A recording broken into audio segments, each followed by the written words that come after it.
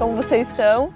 Vocês estão no canal Naked Mind e como vocês sabem, a gente vai desnudar a mente de um convidado hoje. Por quê? Porque uma mente desnudada é uma mente livre. So, our guest today is Lily. So you can introduce yourself with your name, your age, if you are married, single, dating, where are you from, and so on. Okay, so my name is Lily. I am 20 years old, but I will be 21 in a week. Oh. July 11. 21, I am okay. single, and I'm from all over. I currently live in Berrien Springs. I was born in Michigan. In Michigan? Yeah. But I lived in Arizona and California, and then I moved back to Michigan. I lived 3 years in Michigan, so I was 3 when we moved to Arizona. And then I grew up from 3 to 13 in Arizona. And then we went to California, where I went to high school. Oh, and how was this change of cities and states too? Obviously, I was 3 when we moved from Michigan, so I don't really remember that so much. So Arizona was kind of all I knew up until I moved to California. But by the time we moved, I think I was ready for the change because before I was like, oh, I don't want to ever move. You know, I grew up there, so that was my childhood. But I was in junior high. I just graduated junior high when we moved, and I was ready. I was ready to move. All my friends were gone. I didn't have any. So it was a needed change for me. Well, so then you went to? So then I went to high school in California. Oh, California, okay. Now your parents live there. Yes, and I was there for 4 years for high school, and then when I graduated, I came here to Berrien Springs to Andrews University, where I've lived for 3 years almost, 4 years almost. Most of my friends are here. My parents are there in California, so I miss them, but... Like living apart. Yeah. Freedom. Yeah. So to start, I always ask for the guests what phrase they have that they like the most, or what phrase is important in their lives. And what is your phrase? So I think there could be several. The main one that I heard when I was in high school, it was actually like the theme of my graduation, like the graduation speaker who spoke, her theme was let go and let God. Oh, nice. And I really like that because it just means that you have to let go of whatever is bothering you, whatever is troubling you, and let God lead you and take it from you and let Him, you know, put you into a circumstance that is good for your life, because we think that we know what we want, but in reality it could be burdening us. And this one is the most important for you? I think so, yeah. My other one would probably be, it is what it is. I say that a lot because... It is what it is.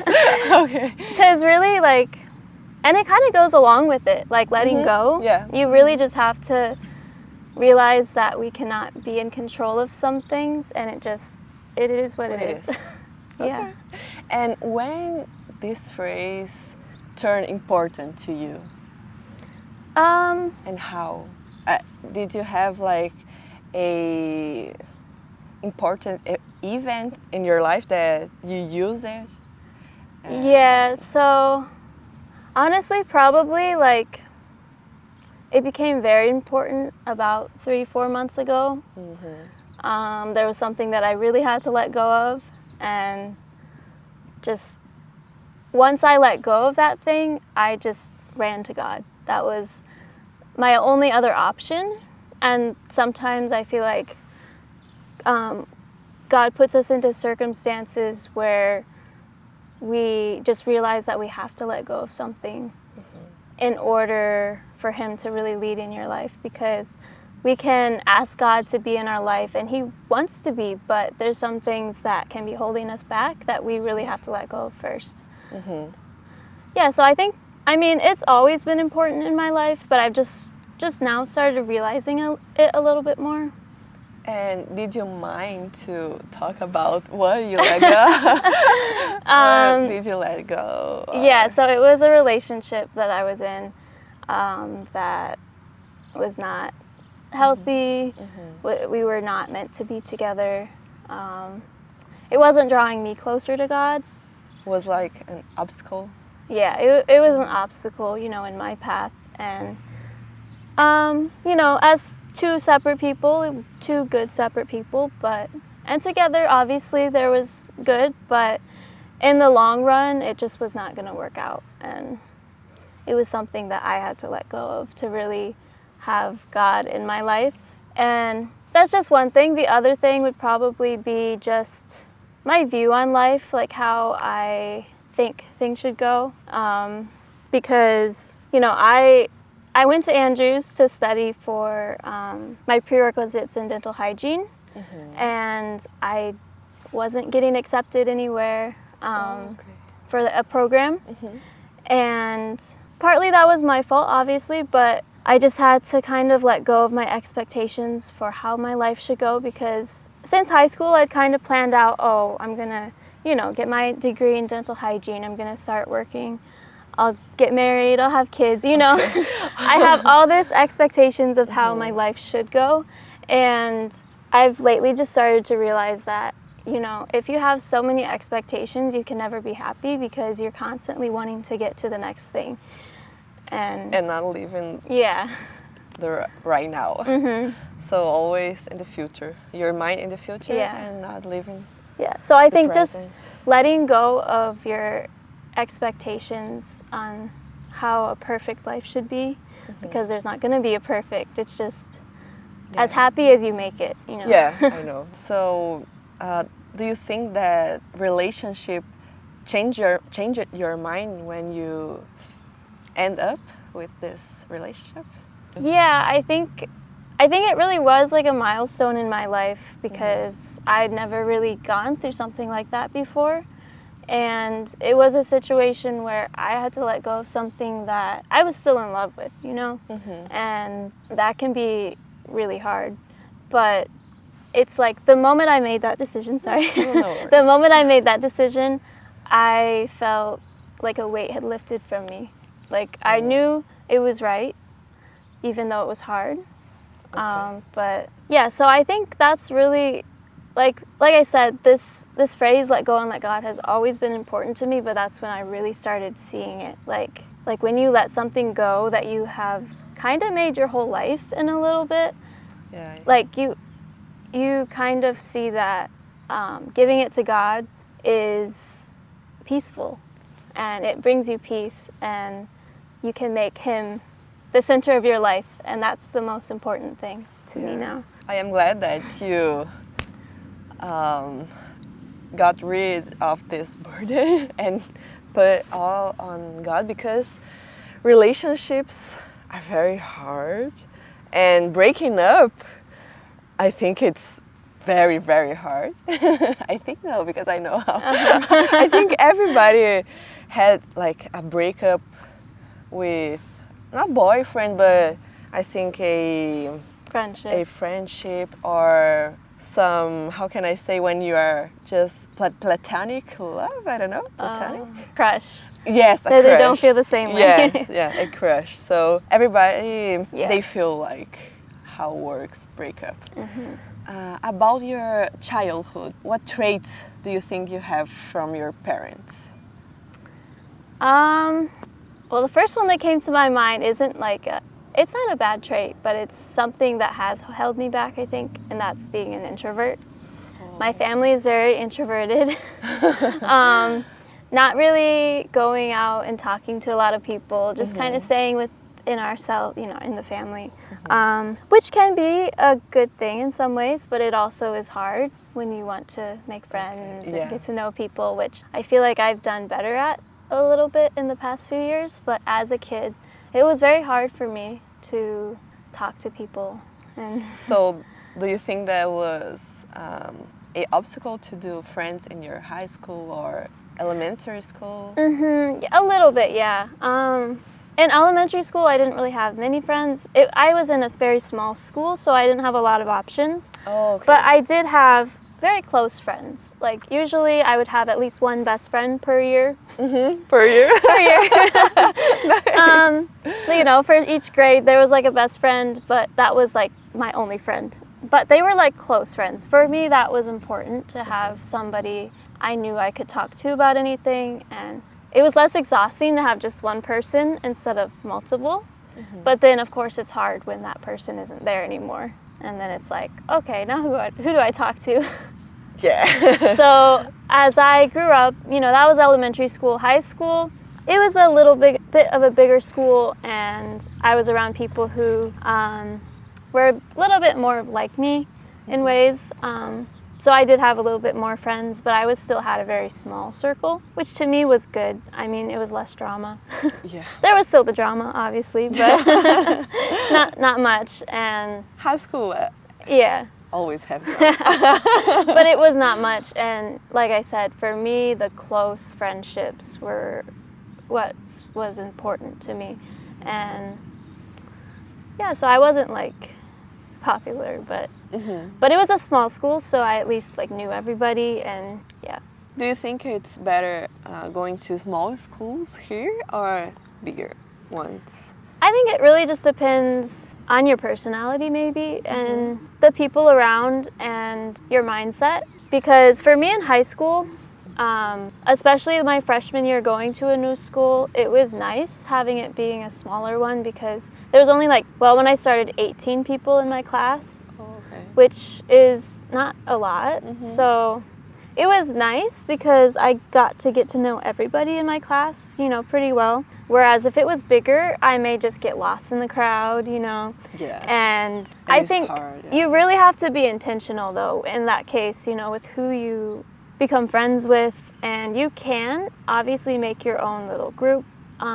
But it was nice being in a smaller school because I was able to, like I said, kind of be friends with everybody. Not like close friends, but I could at least kind of get to know everybody, and I had more opportunities to do things like up front, like for a week of prayers that we had. Whereas if I was in a bigger school, I may have felt too like, oh, there's so many people who are way better than me, so I'm not going to. But since it was smaller, I had those opportunities to do things that I probably wouldn't have done in a bigger school. And maybe now that I have kind of gotten a little bit more open, it may be easier now for me to be in a big school, but yeah, no. Yeah, it was good for me to be in a smaller school when I was in high school. Yeah, and be introverted too. Yeah. Yeah. So, do you think that introverted part is from all your family, or just your dad, your mom? It's like this. I think they're both very similar. Oh, nice. Yeah, so they both are very introverted, but I don't know which one is less introverted than the other. They're kind of both in their own ways. So, on these traits, did you ever think about to rid off of them, or in your life? How I would get rid of them? Yeah, definitely there were times when it annoyed me that I was so shy. And I was like, why can't I just go talk to people? Why do I have to be afraid to, you know? Or I would notice that, you know, sometimes in school or in just, you know, areas where people were being social, that other people would get more opportunities because they were loud and could talk. And I sometimes felt left out because I didn't really put myself out there. And, you know, I feel like extroverted people get a lot of opportunities because they're always, you know, front and center, and they put themselves in that position. And then, you know, even though I may have certain talents that I could contribute, because I'm shy, I don't put them out there, and then it's just the extroverted people always get the center, and I'm just, you know, in the back. And that did frustrate me sometimes, because sometimes, you know, you want to be more open, and it just I agree. does not come easy for introverted people. Yeah, I identify myself Yeah. with you because I am like this too. But I think definitely as the years have gone by, I've become better at that and meeting more people and putting myself out of the box more. And why do you want to put yourself out of the box? Well, I think it's not a bad thing to be introverted, but I feel like there's a difference between introversion as like a trait and being very like closed off to people, because you can be introverted and still be very good at talking to people and doing things, which I feel like lately I've become better at, because before it was like, I was introverted, but I was also shy and did not talk to people and did not, whereas introverted just means that you get energy from, you like being around people, but more you can be by yourself. You can recharge your energy being alone.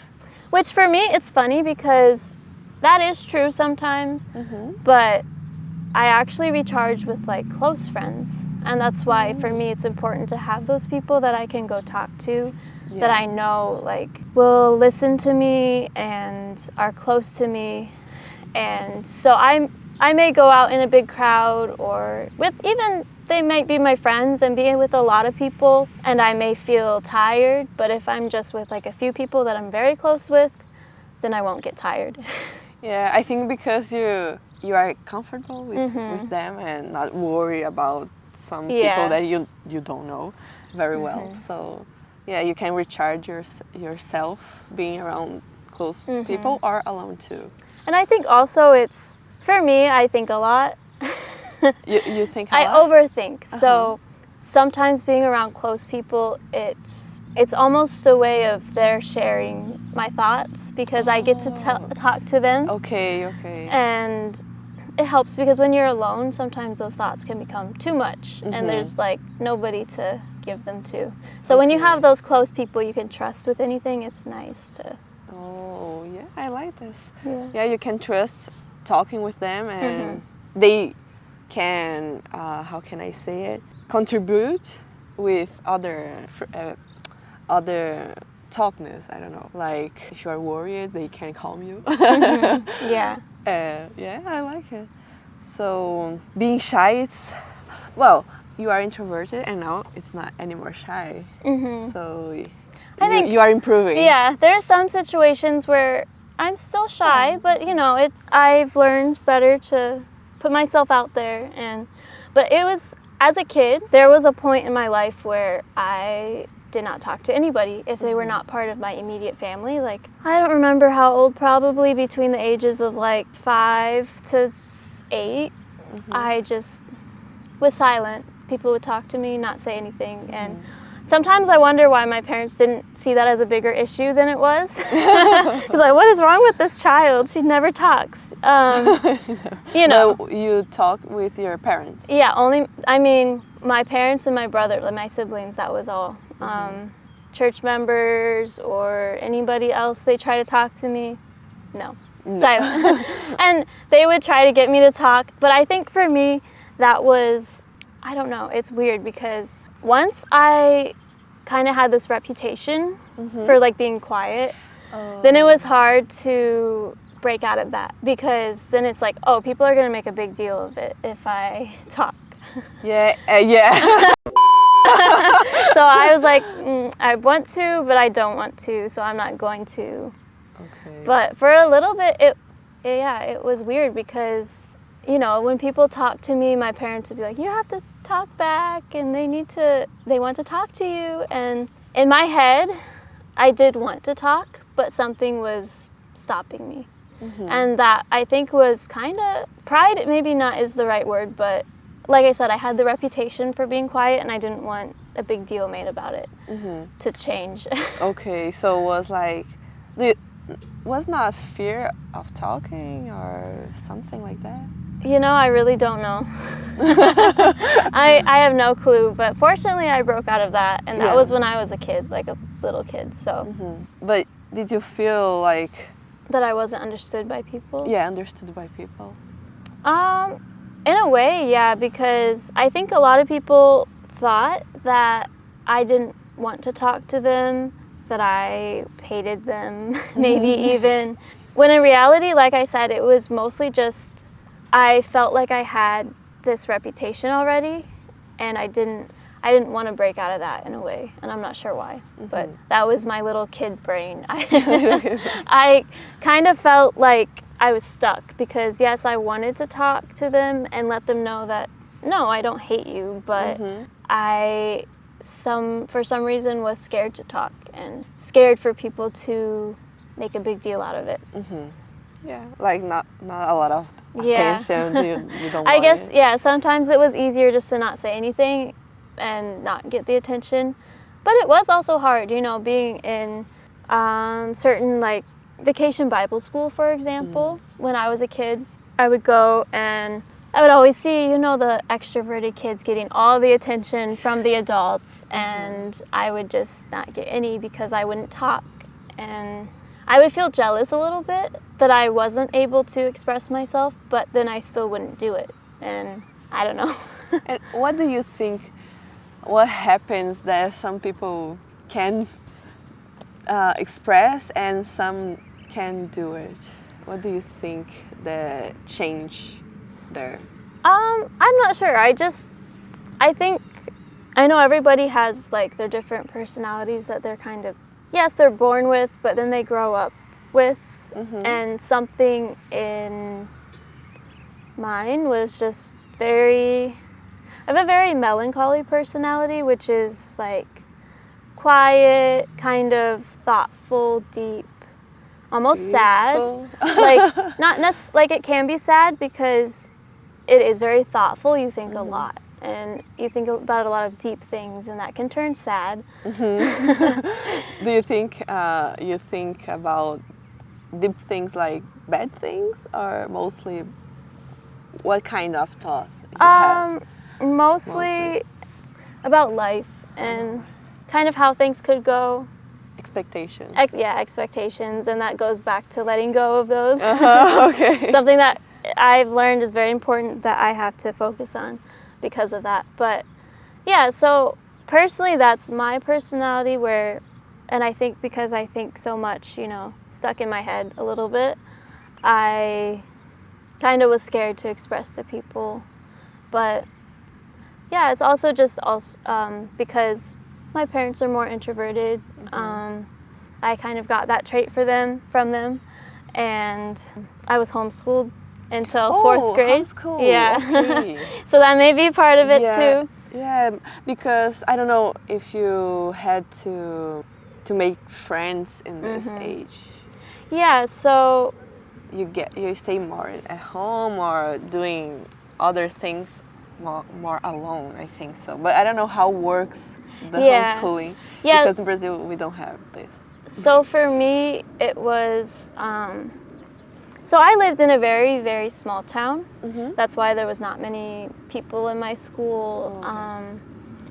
My dad was a teacher, and so during the summers, there was other like staff families that had kids sometimes, but yeah, growing up there was not many people my age in the area. So when I was homeschooled, it was mostly just me and my brother.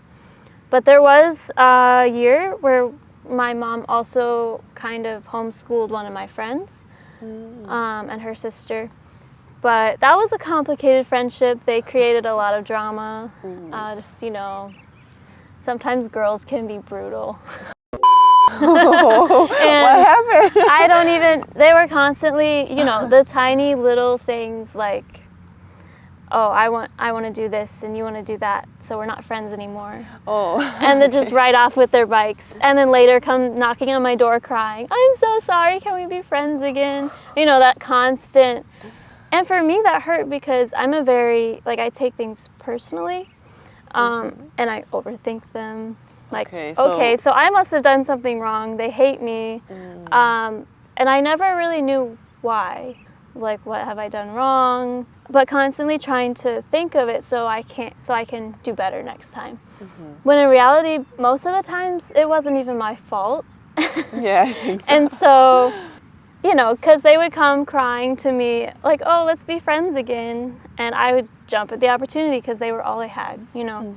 And it finally reached a point where they were going away for vacation, and I'd gotten in a big fight with them for no reason. It was something that they brought up, and it wasn't even really anything that I had control over, but they didn't like it, so they didn't talk to me. And they left on vacation, and finally they came back, and we still weren't talking.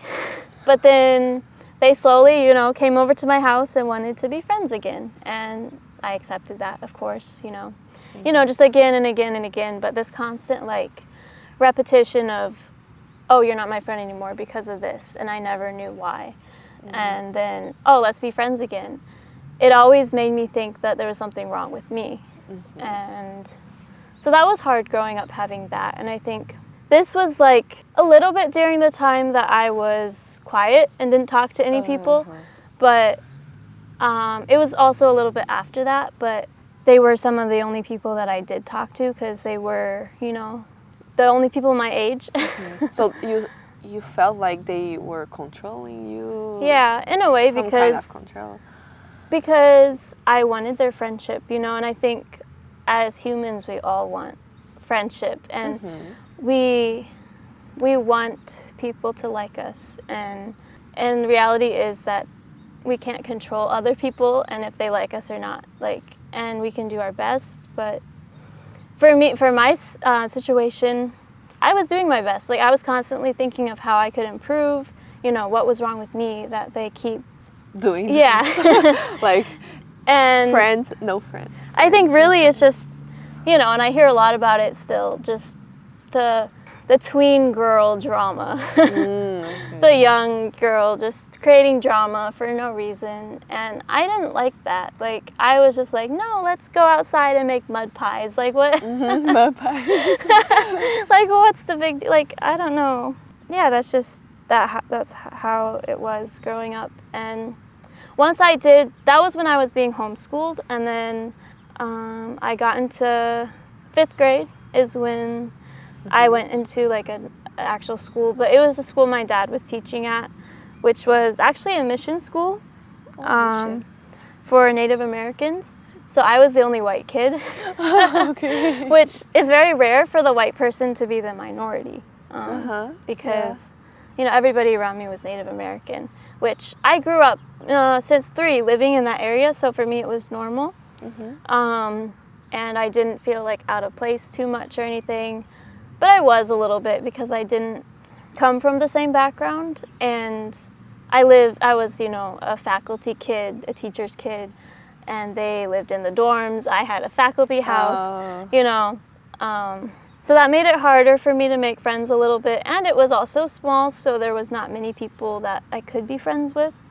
But I did have, like I said, I had those close friends that were important to me, but like I said, by 8th grade year, a lot of them had left for personal reasons. And so if I had stayed there, I'm sure, you know, I could have still made friends, but it was time for me to leave. So you think if you stayed there, you couldn't improve your personality or being like more expressive? Yeah, I think I still would have been able to, because even like 7th and 8th grade year, I feel like, well, even, you know, when I started at that school in 5th grade, it was nice for me to be in an actual classroom with people. Because for me, even though I was introverted, even though it was scary, it was hard for me to talk to people sometimes. It was like, I did kind of thrive a little bit, like, with the independence I was given, because even though I was with the teachers, with other people, it was like I wasn't with my parents anymore, so I could not rely on them to talk for me. And obviously, like, I love my parents, but the independence was nice, and yeah, it's important. It pushed me out, you know, of the nest in a way.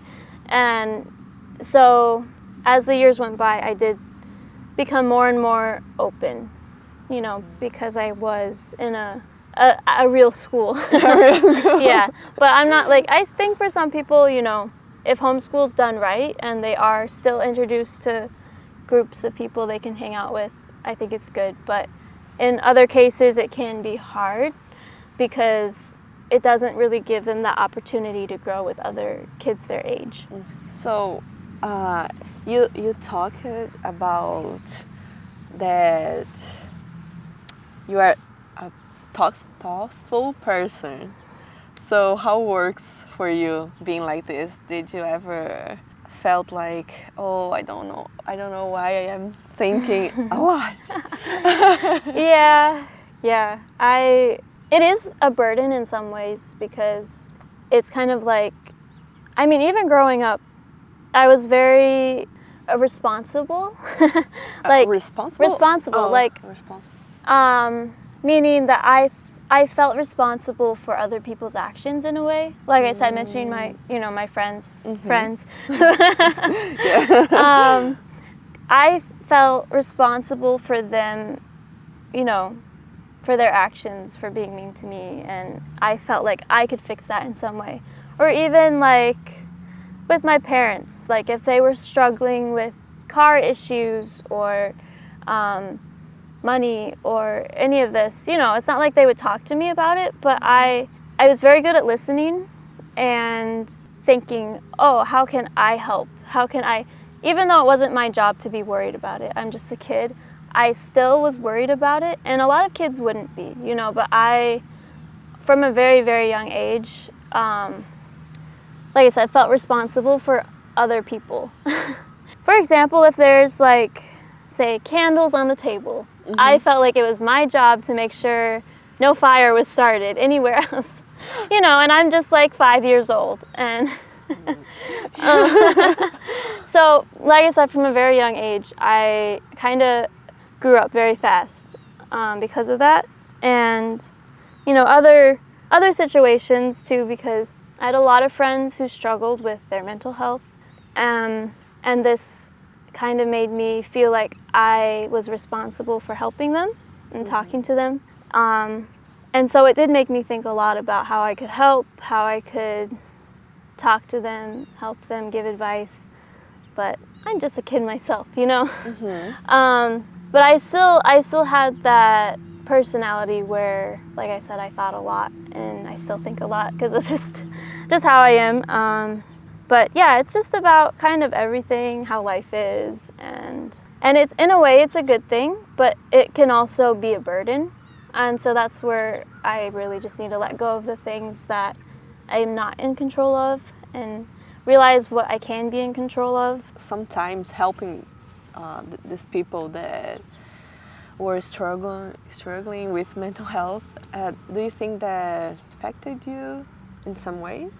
Yeah, I think so, because in a good way or a bad way, I don't know.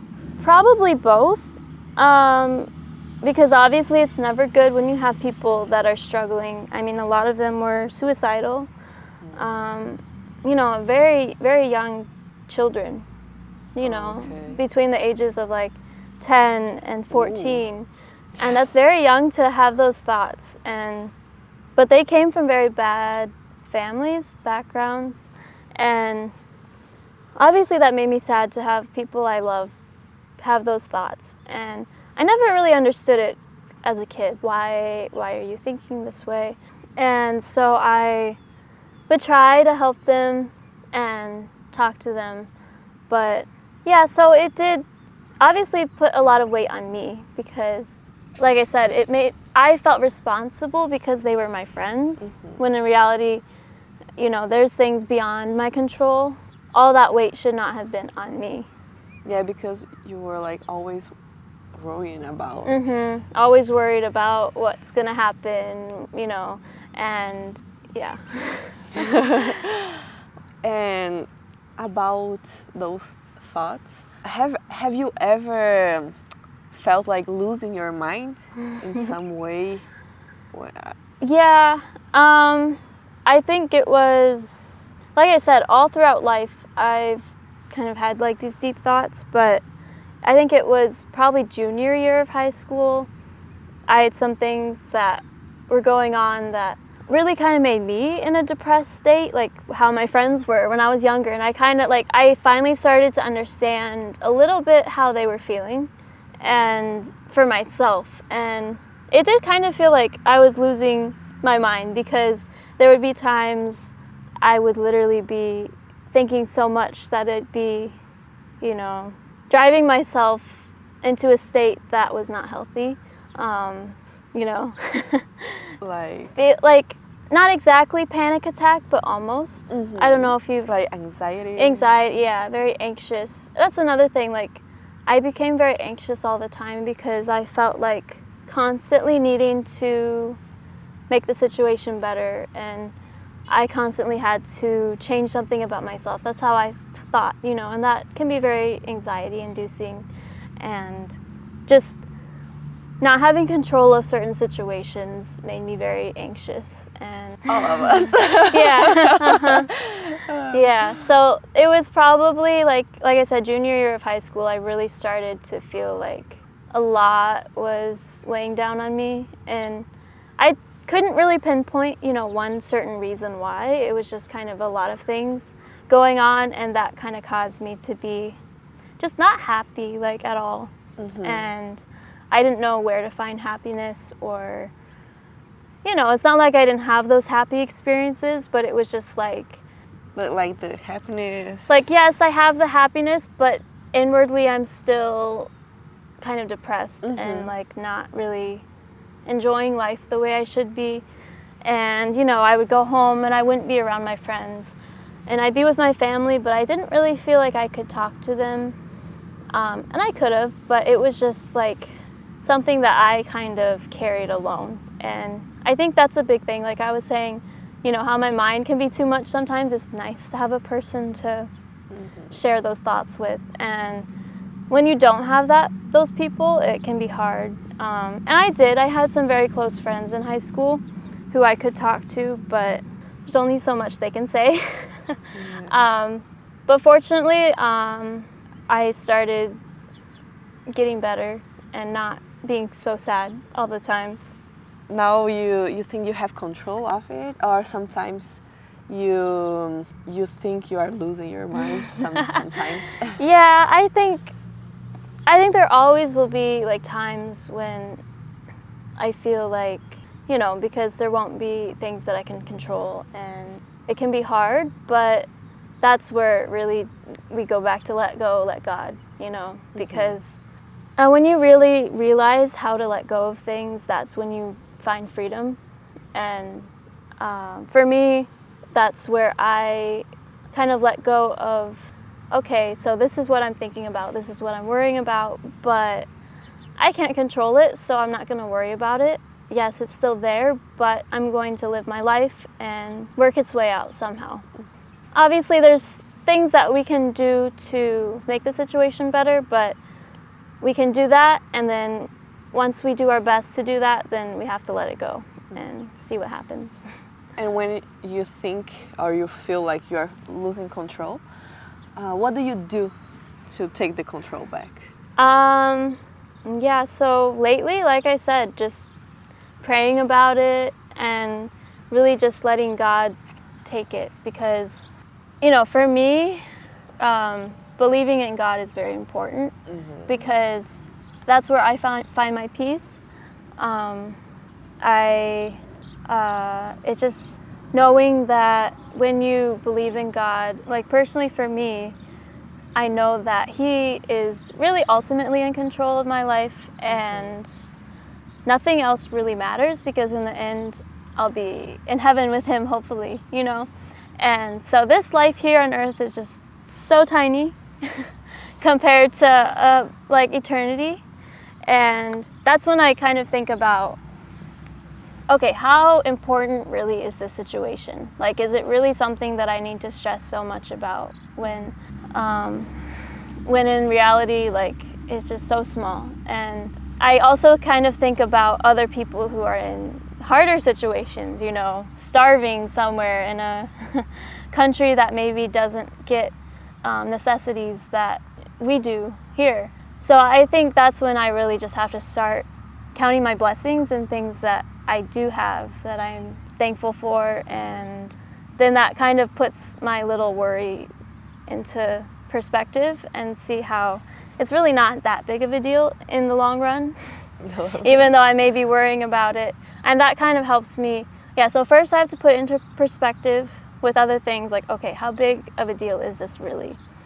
And then once I realize that, it's like, okay, it may not be that big of a deal, but to me it still is, because obviously everybody has their things that are important to them. But then I have to realize how important it is, how much I can actually control.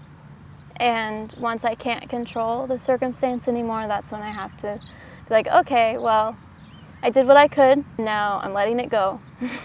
And sometimes, I'll pray about things and ask God, please, take this from me, because it's hard for me to let it go. And I know that I cannot without His help. But with His help, it feels peaceful, because I realize that I no longer have to worry about it. But the thing is, it's funny because I'll pray about it, I'll let it go, I'll have Him take it, and then the next day I'll be worrying about it again. Like, I'll snatch it right back. This is why we need to do every day.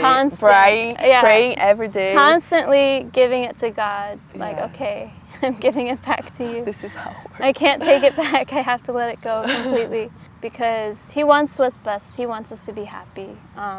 He wants us to live abundantly. Yeah, and I agree.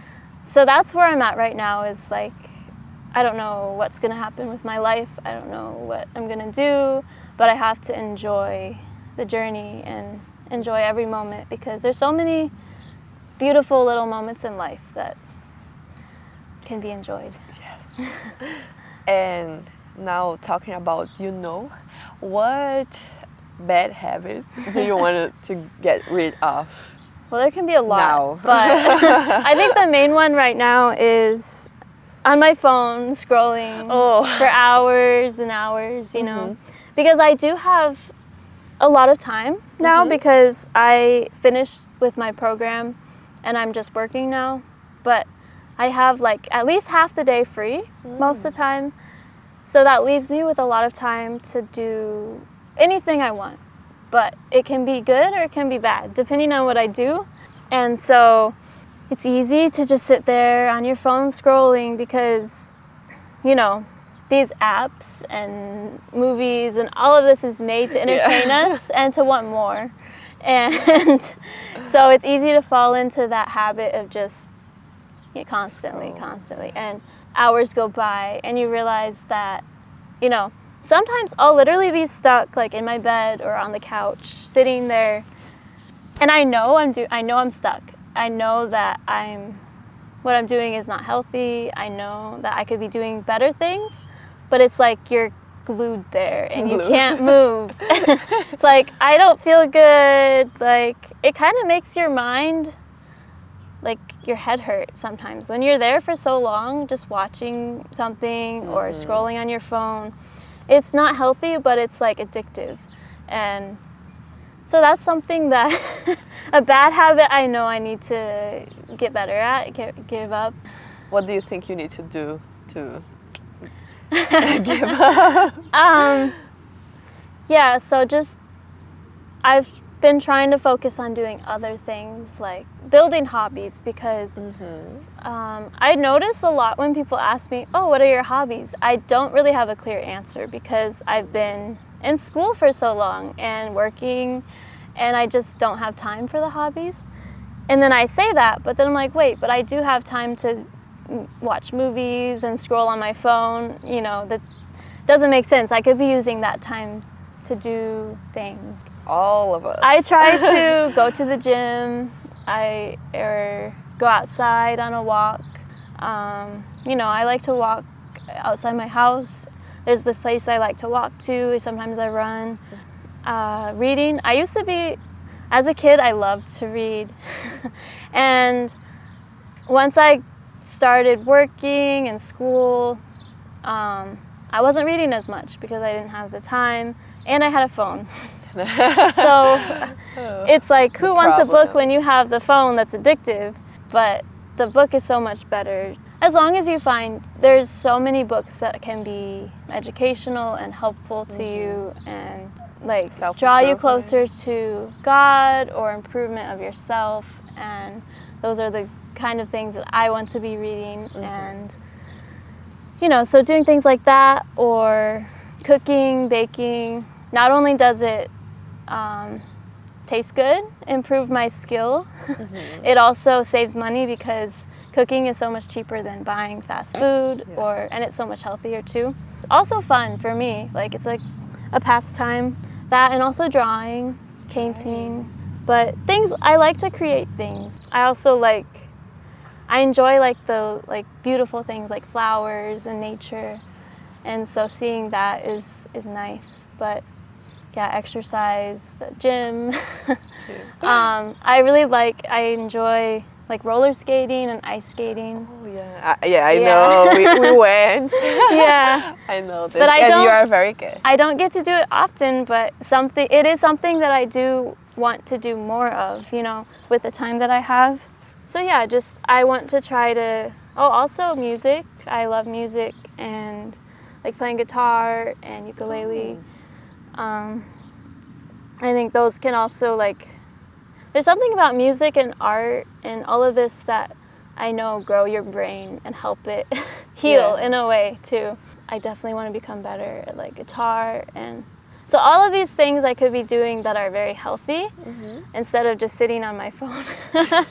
Yeah. Because you see on Instagram, for example, I follow all these people who like to travel or to cook and all of this, and it's I get all this inspiration, but what good is that inspiration if you only see it and you don't actually do it? I could be living this life and instead I'm just sitting here. Just seeing other people doing their hobbies and mine now. I want to become that person who does this. Yeah. No, this is right. I agree a lot. It's very hard, this little thing. But, and what is the good habit that you wanted to introduce in your life? So yeah, like I said, that just everything I just mentioned. Also, like I mentioned, reading, but I don't really have much of a devotional life right now. Even though I did mention, praying, I never really set up a routine to I wake up, I do devotion, I pray. And I want to introduce more of that into my life, where it's instead of just sporadically, I pick up the Bible when I need inspiration, or I pray to God when I need help. It's constant, everyday relationship with God. And doing it a habit. Yeah, a habit. But not only yes, I want it to be a habit, but I also want it to be something that an actual relationship with God, Depend. Yeah. Dependence. So this is the habit that you want to just to build a better devotional life. And how do you think your motivation works? How do you think you can continue with this habit, and when you feel demotivated, just do it? I think definitely surrounding myself with people who have the same goals and motivations is a good thing, for one. And then, but like I said, when you're alone, it's harder. And that's when it really it's up to me to, I don't want to do this, but I'm going to do it anyway. And the more you do something, the easier it becomes. And it's hard. It can still be hard. But I found something that I like is, so usually I enjoy reading better than I do listening to podcasts or stuff. I like actually reading books. But for me, the Bible and devotional books is hard to read because I grew up reading a lot of fantasy fiction, all of that. And it's fun to read, but it doesn't really grow your brain. And so it can be hard for me to pick up the Bible and read it. But I found this one lady on Spotify who does, she reads the Bible from beginning to end, and she kind of stops and she explains or asks questions. Because for me, when I'm reading the Bible, I notice that I zone out. Like I'll be reading and and I get down to the bottom of the page and I'm just like, I don't know what I just read. It's a little bit hard to, and now with phone and those things, it's hard to focus on what the Bible is saying. Yeah. So when I found this like podcast where she basically is reading the Bible and she pauses like and asks questions, and I think that's really helpful because it makes me think about what just happened and think about things that maybe I haven't thought about before from the Bible. And it's nice. I found this when I was in school and working, so I was very busy. I didn't have a lot of time for anything, so it was nice. I could just turn it on when I was driving to school or work or getting ready, and I could listen, and that really helped me. And I still think that that's good, but I also want to add like actually reading and not just listening and taking that time, because instead of taking a time specifically for devotions, I was just kind of throwing it in whenever, I'm still getting ready, but I'm listening, which is good still, but I want to actually take specific time because I think it's important that we make time specifically only for God, and with no other distractions. Putting first. Yeah. What drives you to go to this goal, to improve in this goal, or improve to give up on the bad things? Just a happier life in general, because I want, my goal is to have a happier life, and for me personally, I know that God is the key to that.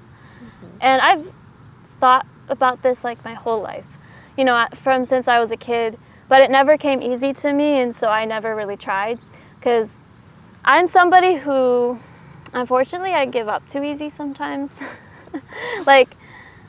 Practicing an instrument or practicing, I don't like the work that goes into it. And so I just, I don't put the effort in.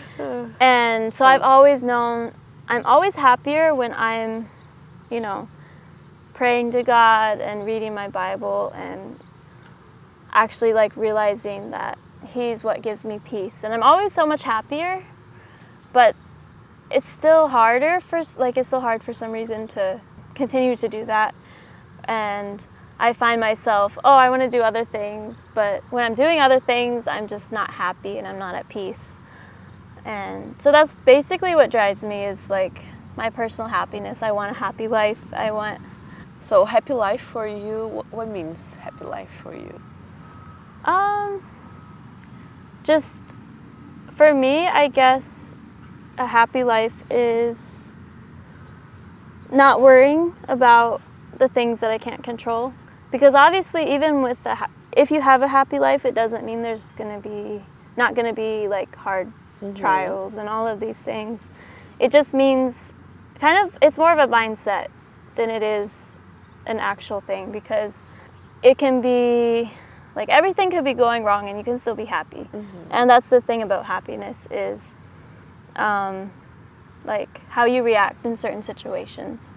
And for me, that is only possible with God, because, for example, when I was I was doing a dental assisting program, and I was doing an internship afterward in a dental office.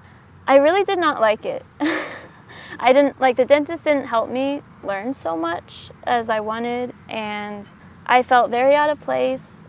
It did make me very discouraged and not happy. But this was also around the time where I really started to realize that God was my source of happiness, and I had to just give it to Him. So I had to, listen to Christian music, inspirational things on the way there, and just think about that when I'm not happy. And that helped. But it's also, I was going to say, for example, one time I was on lunch break and I locked my keys in my car. And I think Probably, like, even just like a year or two ago, I would have been stressed, crying, you know, all of that. But I realized what happened, and I was like, oh, okay, it's okay. Like, it's gonna get figured out. And I did what I needed to do to get it figured out, and I was okay. And that's when I realized, like, even though the situation wasn't good, I was completely, like, at peace with it and still was able to be happy even though it was not. And that's where it comes, like, the it is what it is comes in. I was just like, you know, it is what it is. I'll get it figured out. It'll get figured out eventually. And that's what I think about, like, in my life, there's been a lot of bad things that have happened, but they've always gotten figured out, you know. And sometimes it's harder than others to get figured out, but, you know, I'm here. I'm here. I'm here and happy. But like I said, it's like, not that there isn't little troubles, but it's just how you look at it and choose to be happy, but only with God's help, really. Yeah. And ending up the things, what do you want to be remembered in the world or in your family? What impact do you want to be in your family or your friends too? Well, I guess there's a lot of things I could say. And a lot of them kind of are cliche, like a lot of people would say it, but that's because I feel like if something is cliche, that means it's good because it's popular. And if something's popular, that means that there must be something behind it.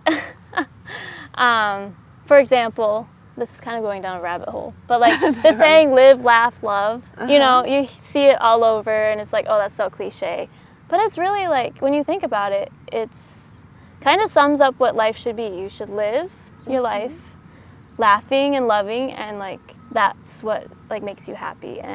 But yeah, to be remembered by, I guess it's just always being somebody that people can talk to and somebody that was kind to others. Yeah, just a good person altogether, but yeah. Good person. And good person, that's like I said, that a lot Being can helpful. go behind that. Yeah, being helpful. But I guess, like I said, the main thing is just a close friend. Because for me, I build deep relationships with people. So to those people that I have those relationships with, I want to be remembered as somebody that they could come to, you know, and I would help them and be there for them. Not the last question, but what was the best advice that you received from another person?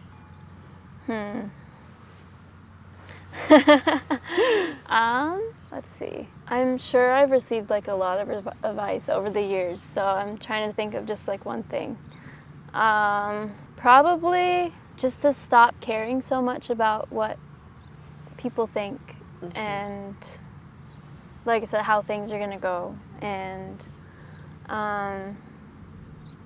just to realize that you really are in control of your own life, and it doesn't matter, you know, if people like you or not. It doesn't matter if people think you should live like this or that. Like, what matters is how you think, you know, you should be, and What you think. and you think, and what God thinks. And yes, people's opinions are important sometimes, but they aren't what define you, and you can only take so much from them, you know, because at the end of the day, you are the character in your story. And it's not like you should have another person that you, like I said, you are the character in your story. They aren't. And so, yes, you can get advice from everybody, but it's important not to take so much. You choose what you want to receive. Yeah, like I said, not taking things so seriously, because to be happy, we have to just, like I said, let go. And now the last one is, in one word, what do you feel in this interview? Well, I've never done anything like this before, so it's new. But I guess very thoughtful too. Okay, Yeah. thank you for accepting this. But you need to know that you will help a lot of people. They will know how you came through all the things. So thank you very much. And now we are going to run. You guys know that it's a symbolic way to do it because all our lives we carry burdens, and the weighted vest, they symbolize these burdens. So we will run to give up all of our bad habits, and we will introduce another one. Stay with us in the running. So bye guys, thank you for watching. Bye. Bye. Bye Lily. Now running. My legs. This stuff is so. Are they watching us run too?